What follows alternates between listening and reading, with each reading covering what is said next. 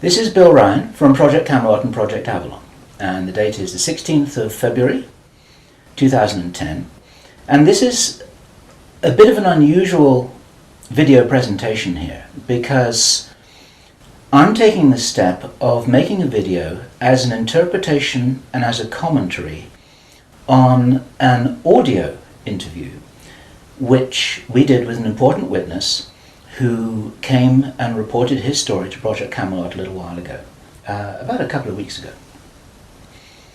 And as with many of our witnesses, this person wanted to remain anonymous, but he has agreed that we transcribe the audio, and so we've got this as a transcript. And this is going to be released at the same time as the video because it's important to be able to read the transcript at the same time as you're considering what I'm saying about it here. And as we come into this story, you're going to understand exactly why it's important to get all the information, to hold it all into a very fine balance.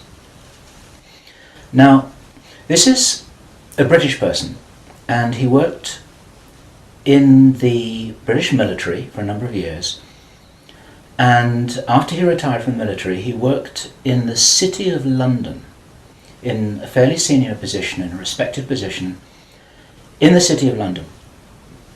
And for those people watching this video who don't know about the City of London, the City of London is it's like an enclave. It's like a financial enclave in the heart of London itself. Some people consider it almost a little bit like the Vatican. It's very old, it's very ancient. It's the heart of the financial system, not only of Britain, but possibly the world. Many researchers consider that it's very likely that the City of London calls the shots on the financial systems in America. They've got control over the Federal Reserve, the Bank for International Settlements, a whole bunch of things that happen. This is like the nerve center of the financial world. And it's very Masonic, it's very ancient, it's very traditional. And our source attended a number of meetings with senior Masons. And while many of these were interesting, they were routine by City of London standards. They were discussing financial affairs and so on and so forth. And then in the June 2005, he attended another meeting that he thought was going to be a routine meeting, but actually this was something rather unusual, and he realized it was unusual as soon as he arrived. In fact, in his interview with us, the one which we have the transcript of, you will see that he says that he felt it was an accident that he was there. He shouldn't really have been there. He didn't know what was happening. And as such, he didn't really participate in the meeting. He was there as a little bit as a fly on the wall. He was just listening to what was happening. And at first he didn't even understand what was being discussed. Now, the people there were Masons. There were senior Masons. They were about 25 or 30 people there, including senior politicians who most people in the UK would recognize by name. I do not know who they were. He didn't name them, and I didn't ask them, but he said these are well-known names. The chief of police was there, representatives from the church, representatives from the military, 25 or 30 people. And as he listened to this story being discussed, it was an informal meeting. It wasn't like at a big table with kind of notepads and water glasses and minutes and an agenda and a chairman. There were just people in a room who were talking about all of this stuff. And what they were talking about was a plan that had clearly been made a long time ago. And what they were discussing was they were discussing the implementation of this plan. They were discussing how things were going, whether they were on track or not. And what, for example, to give a flavor of this, they were discussing between them some of the problems that they had in the implementation of their plan. And as this little presentation continues here, you will realize what the plan was, and I'm going to be revealing this in very much the same way as it was revealed to our witness and as he revealed it to me, bit by bit, step by step. The first thing that he heard was they were talking about the fact that Israel didn't look as if it was getting prepared to attack Iran anytime soon. This was a problem. Even back in June 2005, they were apparently concerned that what it was that was planned on some kind of a timeline wasn't rolling out according to schedule, and this was an issue for them. So that attracted his attention very quickly, because he'd never been in a meeting when this kind of thing was discussed. Then they were talking about China and how powerful China was getting, both militarily and financially, very quickly, and that the Japanese weren't doing what they were supposed to do, which was to interfere in some way with the Chinese financial system.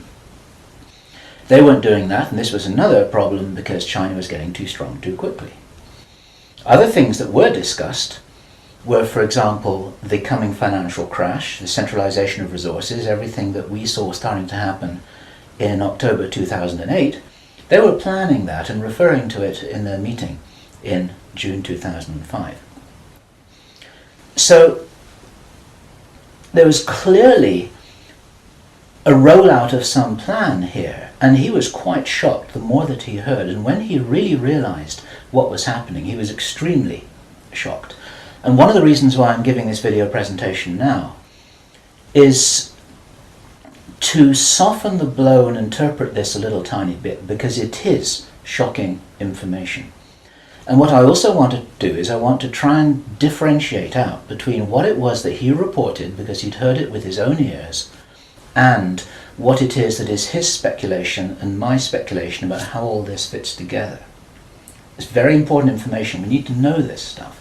Even though it doesn't look like it's going to be on track, I don't think this will happen. I think that there are a bunch of crazy people there who are extremely determined to do something, and they were in a hurry, and this is important to understand, they were in a rush to try and roll out this sequence of events. Now, what he described is what the sequence of events was. It starts with Israel attacking Iran. Now, this hasn't happened yet. There have been a number of indications that there are forces which are trying to push this into happening. You've only got to follow the news for the last 2 years to realize that the public is being prepared for a justification for this kind of thing. Iran is being set up as being the bad guys that deserve something to happen to them, and so on and so forth. Now, that's going to be the start of what is like the opening gambit in a big chess game. And the plan is to provoke Iran or China to retaliate. And our guy, our source, who is a military man, is privately as convinced as he can be, although this has never been made public and this is not publicly known, that Iran does have nuclear weapons. He believes that they have been provided by China behind the scenes. And all of this is intended because it's all right with these controlling forces that Iran has nuclear weapons, because they want them to be used. The plan is for either Iran or for China to retaliate after Iran is struck with a nuclear weapon. At that point, there will be a limited nuclear exchange in the Middle East, followed by a ceasefire. He heard this being planned in this meeting. This is being choreographed. It's like the script for a movie. This is exactly what's intended to happen. And during this time, the other thing that's being set up for this, and many people watching this will be aware that this is being set up in the background. We've had a lot of information about this from a number of good researchers from many countries who are reporting this on the internet, that things are being set up in many of the Western countries for there to be heavy controls over populations, martial law, increased powers on security forces who are not just the army or the police, but in Britain, for example, our source said that he absolutely knew personally for a fact, that a very large number of private security people, their powers were being increased to give them the ability to arrest people, the ability to detain, the ability to handle riots in streets. And here we're talking about just regular people working in private security, people who give the parking tickets on the streets. Their powers are being increased in the same way. And last year we heard President Obama talking about how he wanted to have a sort of national guard at home in America ready to handle this kind of thing. There are a lot of indicators that this is being set up. And in this rollout of this crazy scenario where it is intended that there will be a limited nuclear exchange in the Middle East, the idea is that as the world looks upon this with horror, then they will demand from their governments that there are heavy controls over travel, over communication, over people who meet, over people who protest in the streets. They want to make sure that they don't have crazy bombers on airplanes, crazy bombers in the shopping malls. They want to make sure, and because people will be driven into fear by this, they'll request and demand and insist on heavy controls from their governments, which will be justified. And this is where you're going to kind of get the martial law situation in all the Western countries. It's intended as a justification. All of this is just the start of something, because this story gets much bigger, and it's pretty horrifying.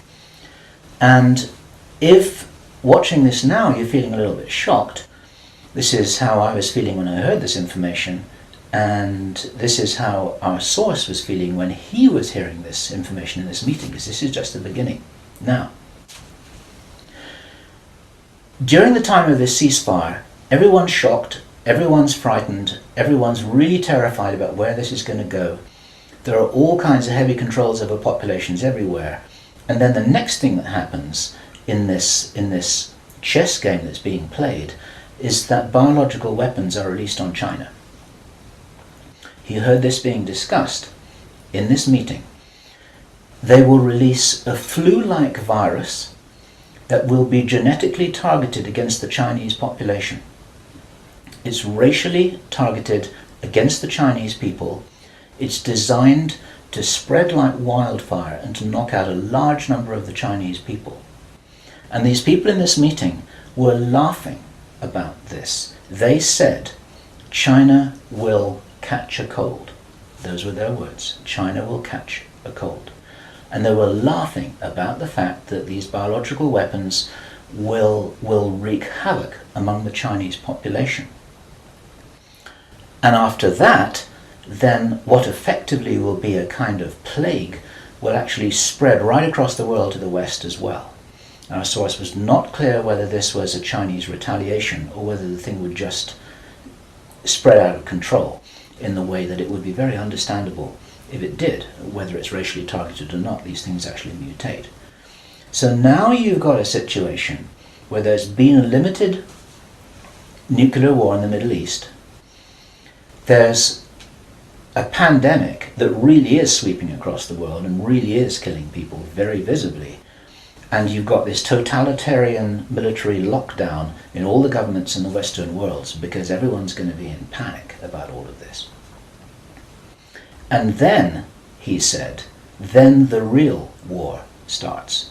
Something that would be justifiably called the Third World War, with a much more major nuclear exchange. And at this point, I asked him, is this just about population reduction? What is this about? Why are they doing this? Why this insane Dr. Strangelove plan for just unleashing all of this stuff on the world? Why do it? Now, as our conversation went on, I started to find answers to those questions. Now, some of this is speculation. I want to share this speculation with you because it's important enough that we work together here to figure out what's going on. And there are some clues, there's some very important clues that I'm going to present to you here in this video. He said absolutely it's about population reduction.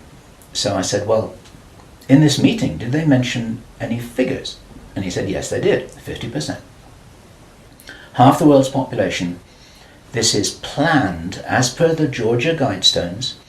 For those of you who don't know what the Georgia Guidestones are, it's a stone monument in Georgia in America that was erected anonymously a number of years ago. It's in 8 languages, and it's like an Illuminati manifesto for a new world, as it were. And just hold that thought about this being a manifesto for a new world. This is an important concept here in what I'm presenting.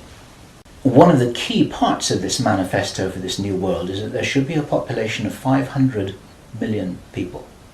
Now, 500 million people is an enormous reduction from the nearly 7 billion that we've got at the moment. That's pretty much 95% of people who would no longer be on this planet.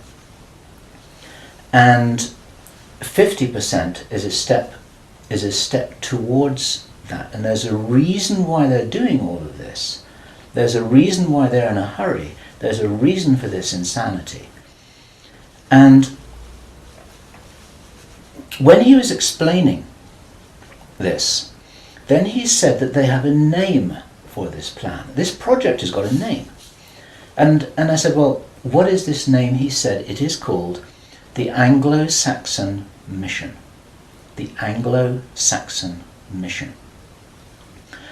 Now, I'd heard that before. It was something historical, I think, to do with the Crusades quite a long time ago. But I hadn't heard it in the present day context, and neither had he. And later on, as he continued to tell his story, I began to understand what I thought this might be about.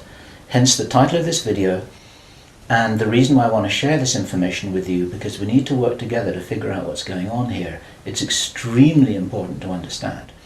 There's a plan, I believe, that Hitler would be proud of, which is so evil, it's so Machiavellian, it's so hard to face up to, it's so unbelievable, that I need to put it on the table for you so that you can consider whether or not this might be a possibility.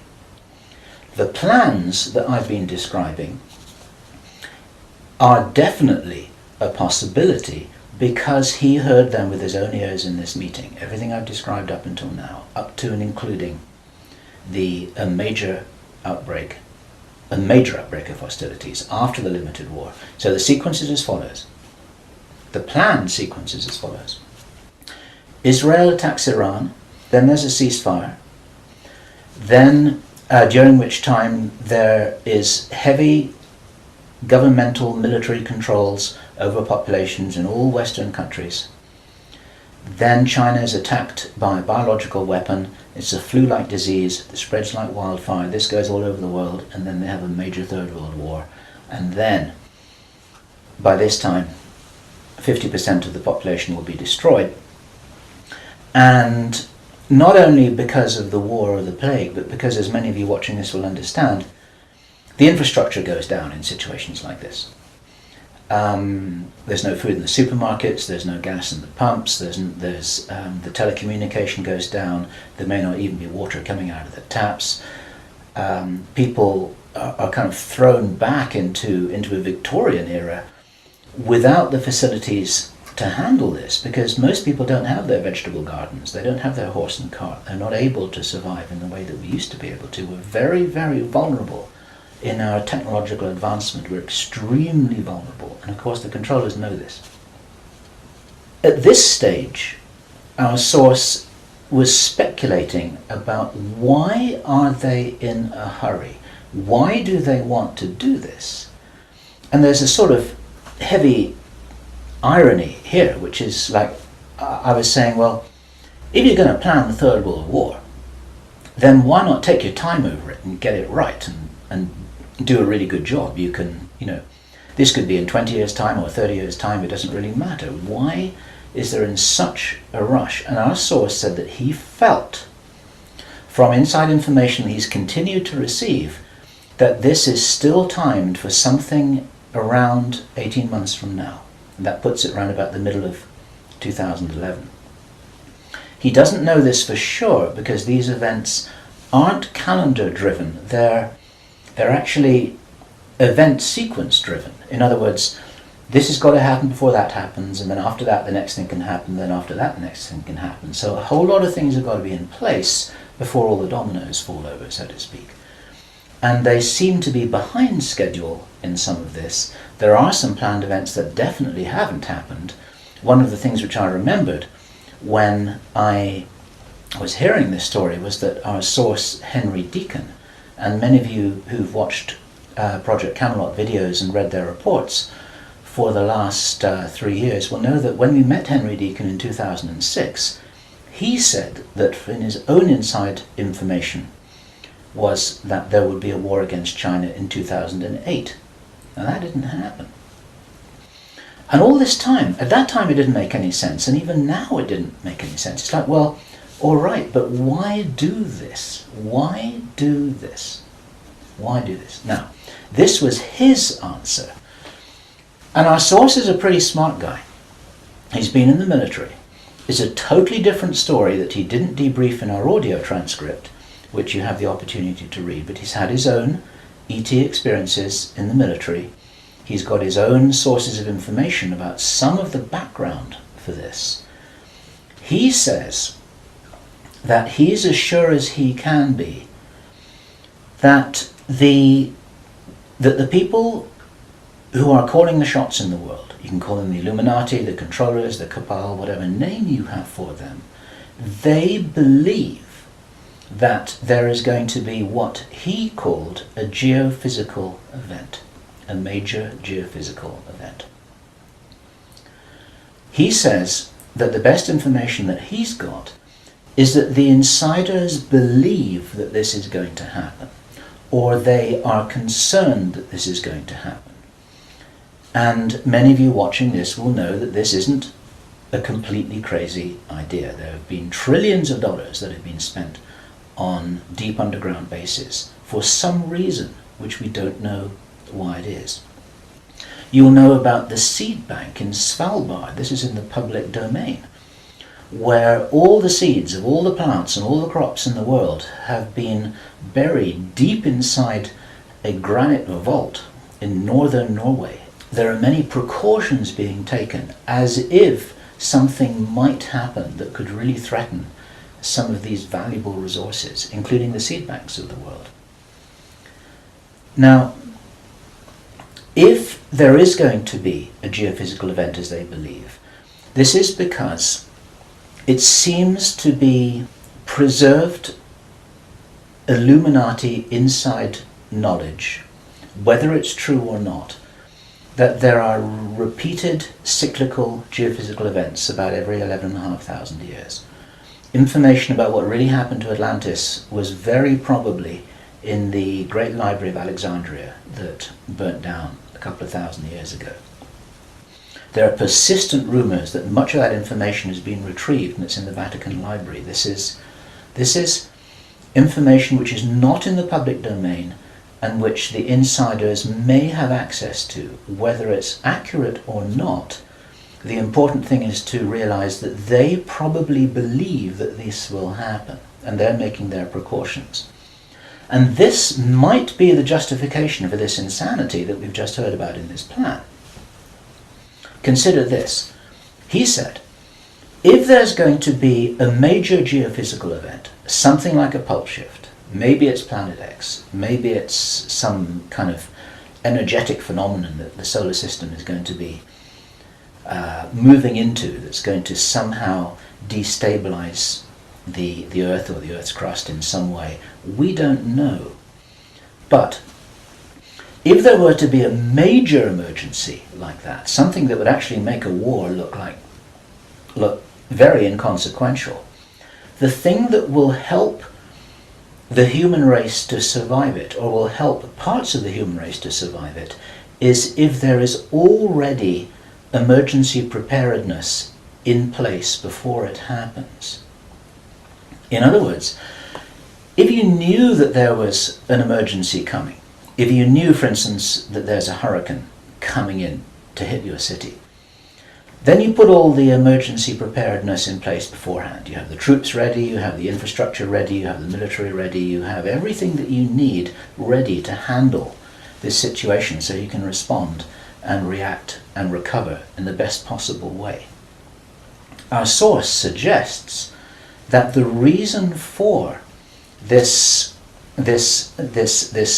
whole Third World War scenario is that then the Western governments, with the Chinese out of the way, will be in a state of such totalitarian control of their own population that they will be best equipped to recover and rebuild the new world after a cataclysm. And he thinks that this is what's happening. And I have to tell you that this terrible logic makes sense to me, that they would think that way. I'm not for a moment agreeing that this will happen. I think this is wild, crazy stuff, but if they believe that it's going to happen, then this could be their justification for this kind of plan that we've heard about is really being discussed. And this now is my own speculation right now, which also makes sense to me. And I invite your comments and your thoughts about this. We need to work together to figure out what's happening here. It's called the Anglo-Saxon mission. What that told me was that the reason for the name is because this is a white racist agenda for the inheriting of the new earth. It's a plan that Hitler would be proud of. If they think that a new earth needs to be rebuilt, a new world, think of that little phrase there. If a new world needs to be rebuilt after a cataclysm, they want the Anglo-Saxons to be doing it. They don't want the Chinese to be doing it. They get the Chinese out of the way first, and then the Anglo-Saxons will inherit this new world with the other nations, the Asian nations, the African nations, the South American nations. Presumably, it is assumed that they won't have the resources to be able to handle the situation in any kind of a way that gives them the strength to recover after whatever it is that they think is going to occur. So there are several other parts of this which also fit, and one of the reasons why this is an important presentation to make personally is my own personal thoughts, because up until now I've been following a lot of the well-founded research on these sorts of agendas. We've had our own sources of information over the last 3 years. But I've always had questions in my mind, like, why would they do this? War against China, why? Third World War, why? And suddenly, a lot of these things start to make a little bit more sense. It's possible, for example, that when we heard from Jordan Maxwell in our interview with him, which we did at the end of last year, 2009, he described to us how he had researched a number of repeating symbols and images that had been used ever since the time of Hitler, and even long before that, about the dawn of a new day. There's something very important in Masonic and Illuminati thinking about the dawn of a new day. And here we have possibly the reason for their belief that if you think about the possibility of a cataclysm, if they think this is really going to happen, the 2012 movie that many of you will have seen, after all of the flood and all of the earthquakes and tsunamis, then you've got these big ships sailing across a calm sea with the sun streaming through the clouds, and you've got the dawn of a new day, and the implication in that movie is that now those people will be able to rebuild the new earth because those are the survivors. It's the modern day Noah's Ark. It's possible that the dawn of the new day, that it refers to that. And it even occurred to me, and I'd be interested for other researchers to offer their views on this, that the very term the New World Order that we first started to hear about 20 years ago, actually longer ago than that, but the New World might be the post-cataclysmic world. The New World, it might be the order for the New World after the cataclysm.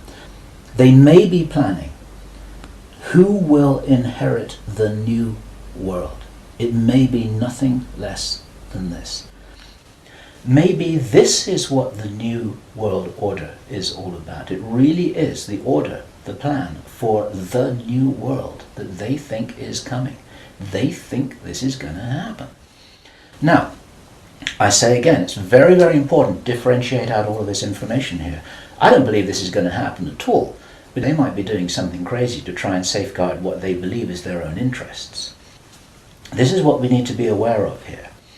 And what I want to do is I want to just state really clearly why there are profound reasons for not believing that anything like this is going to happen. There are a lot of things that haven't happened which were intended to happen.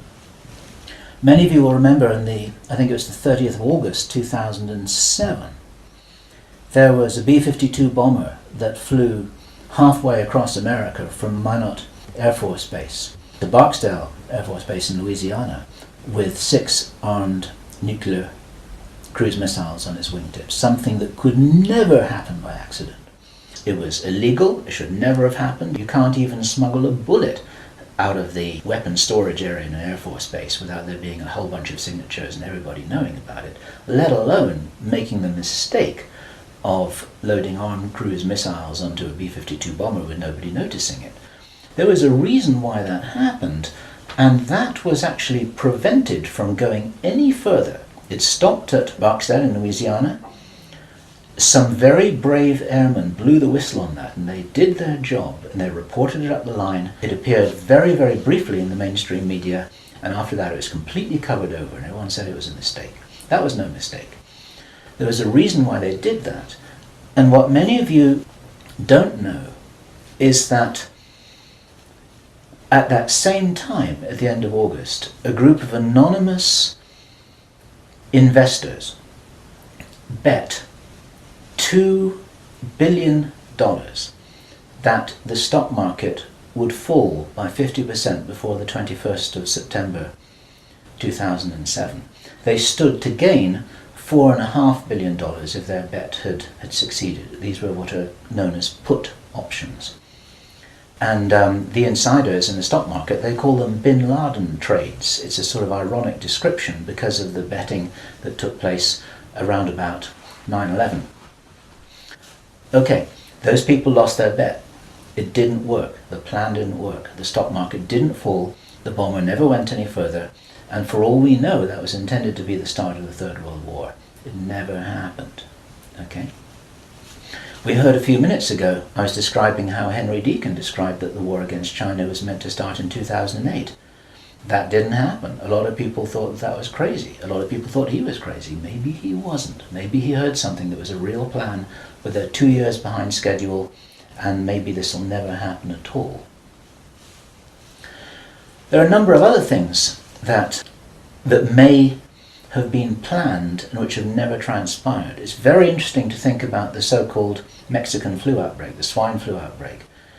For the last 6 to 9 months, we've been looking at a scenario where it looked as if they wanted to roll out vaccinations, they wanted a lot of people to get ill, they wanted to announce a pandemic.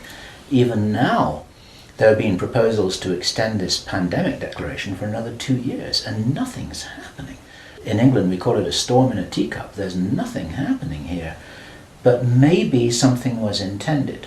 Now, if it wasn't intended, it's possible that all of that could have been some kind of a test, just to see how people respond, to see how people react, to see how quickly it spreads, to see what the take-up of the vaccinations will be. And then, of course, us at Project Camelot and a number of other people who've been activists in this whole area trying to draw attention to all of this, now we're all on a database. They know who's going to stand up and start talking about all of this stuff. So it might have been an experiment, or it could have been a failed rollout of something. There's plenty of reason to believe that things are changing. This is the important thing. And those of you who've been following the work of David Icke, this is an important perspective here, because we support his work fully, in as much as he makes a beautiful presentation and he starts off by saying, we are infinite consciousness. there are many ways to put this, but it's very hard to disagree with that. We're immortal, godlike beings who've long ago forgotten what our power was. The potential of consciousness is enormous.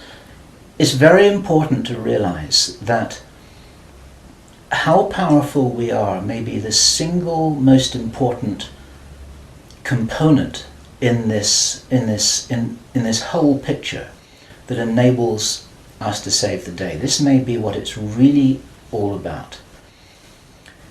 Admiral George Hoover, who died in 1998, he was in the Office of Naval Intelligence in the US Navy. He talked to researcher Bill Burns, the editor of UFO magazine, and Bill Burns described this conversation with George Hoover to George Norrie from Coast to Coast AM. And what Admiral George Hoover told Bill Burns was the biggest secret according to what the American Navy had found out. Very, very interesting story. They were talking about the Roswell visitors, and Admiral George Hoover said that these visitors were us from the future. They were time travelers. They weren't extraterrestrials. Now, other researchers and whistleblowers have spoken about the same thing, and this is fascinating in itself. But what Admiral George Hoover said the biggest secret really was, it had to do with the abilities and the power of the consciousness of these travelers. Because they were us from the future, what the military authorities had found out was what humans are really capable of. And he said that this had been buttoned up really tight, because if we knew how powerful we really were, how powerful we really could be, then we would, in his own words, cause chaos around us, and this could never be permitted. We could rearrange the reality around us in the way that we wanted to, in the way that, if this is real, that the future humans have learnt how to do, which gives them access to these sorts of incredible abilities, such as time traveling. Philip Corso, in his book The Day After Roswell, described in some detail how his understanding was that the way the craft works was they were like an amplification of the pilot's own consciousness. It was their consciousness, it was their ability to travel and bilocate that was amplified by the craft, and that actually all of these abilities are basically abilities connected with the consciousness of the beings themselves. And if they are us, this is the message for all of us here. We're being deliberately dumbed down.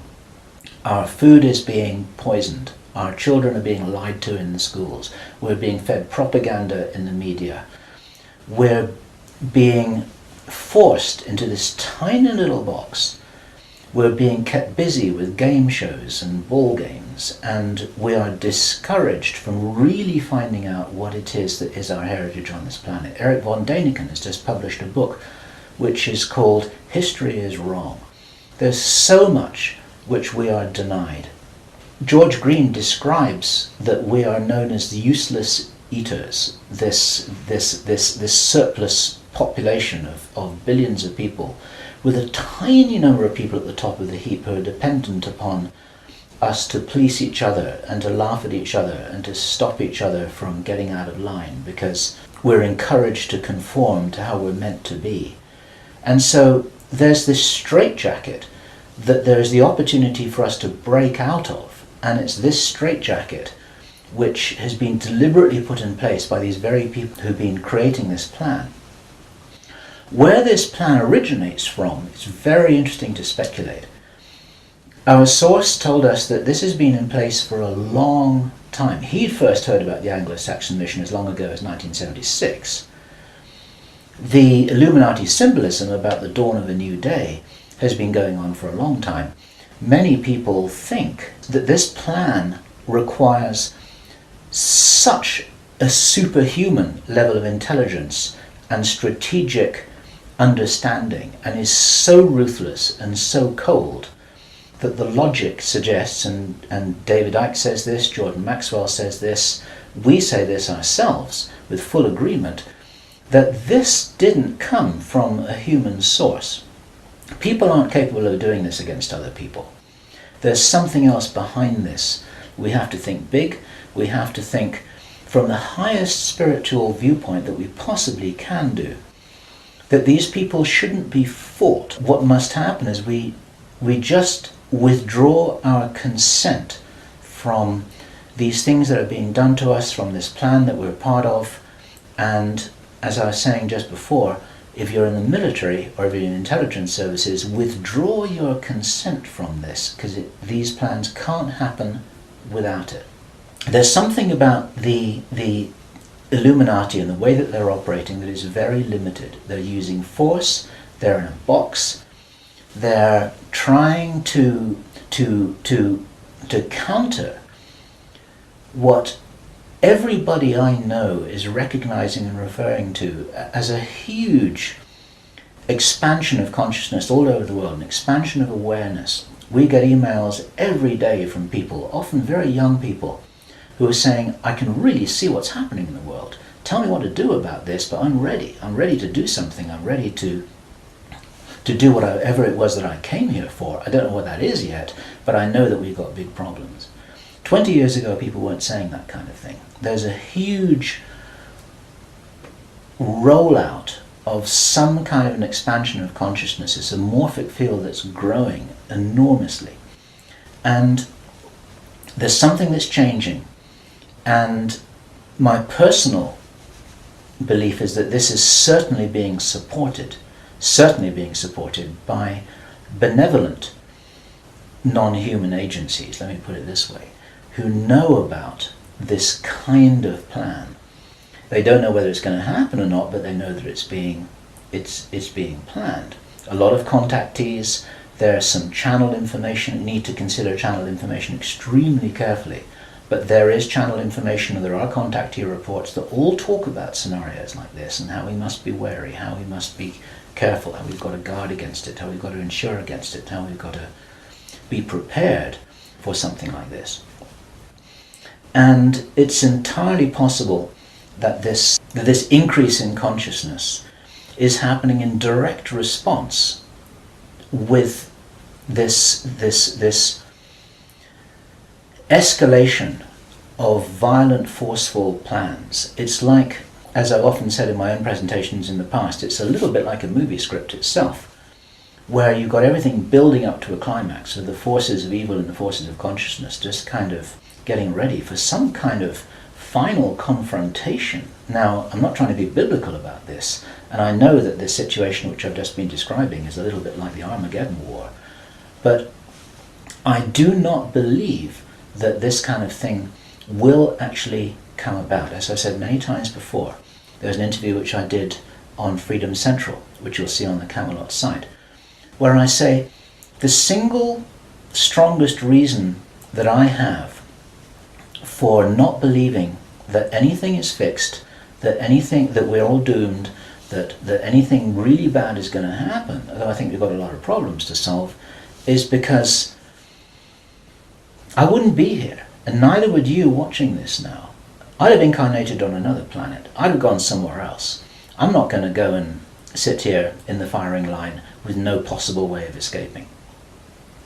There's a job to do here, and many of you watching this will be aware of the fact that we're here to do jobs. It's what Dolores Cannon calls volunteers.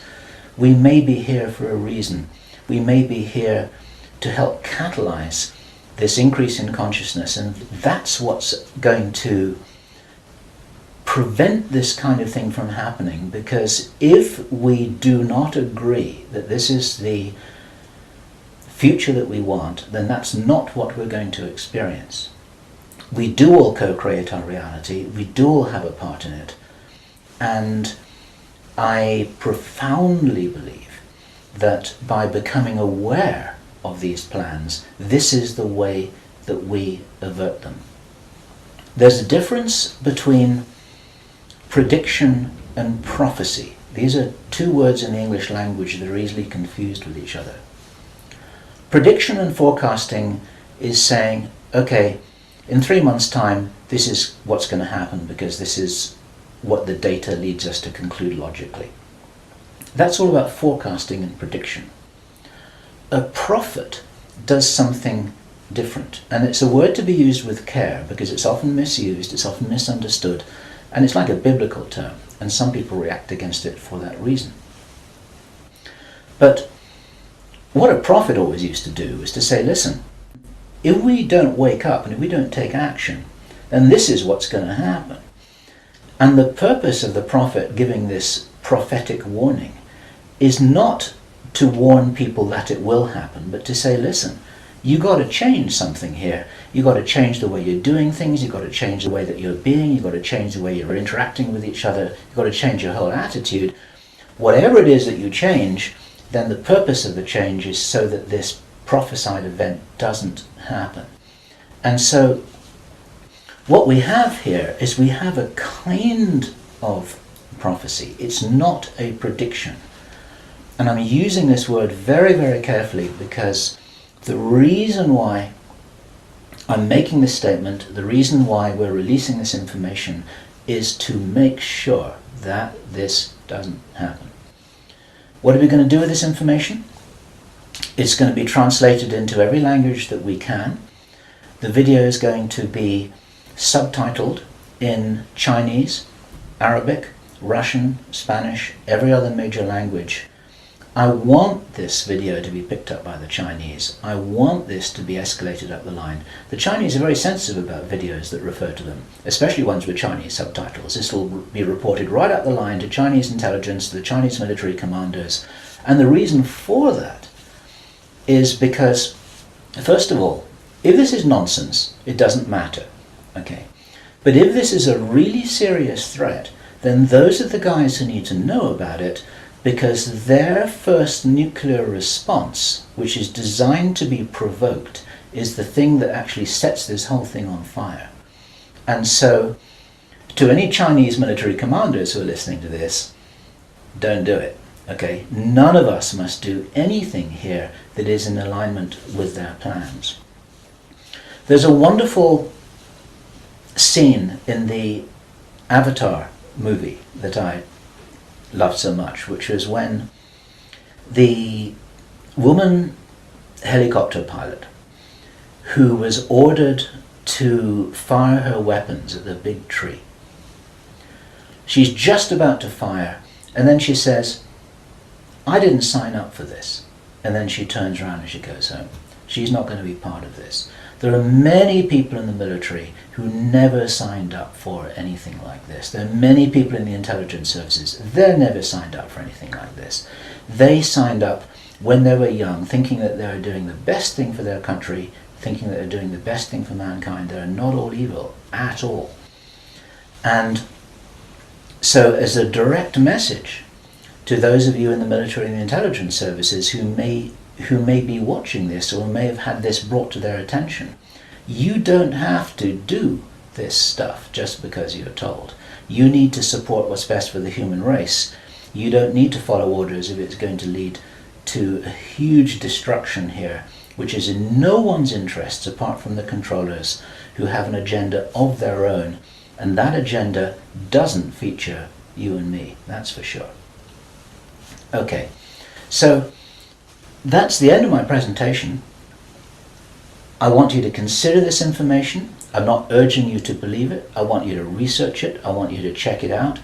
I want you to read the transcript carefully, and I want you to see whether this correlates with anything else that you know and understand that's come to your attention. We're all working together here. We're not trying to force you to believe anything at all. We need to be careful about this information, but at the same time, if there's any chance that this is true, if there's any chance that this is for real, then we have to know about it, okay?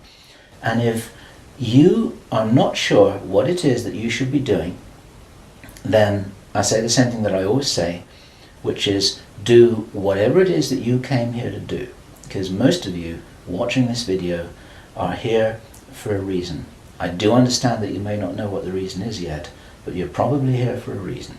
You're probably watching this video for a reason. Do whatever it is that you came here to do. This is Bill Ryan. Project Avalon, Project Camelot. It's the 16th of February 2010. Thank you.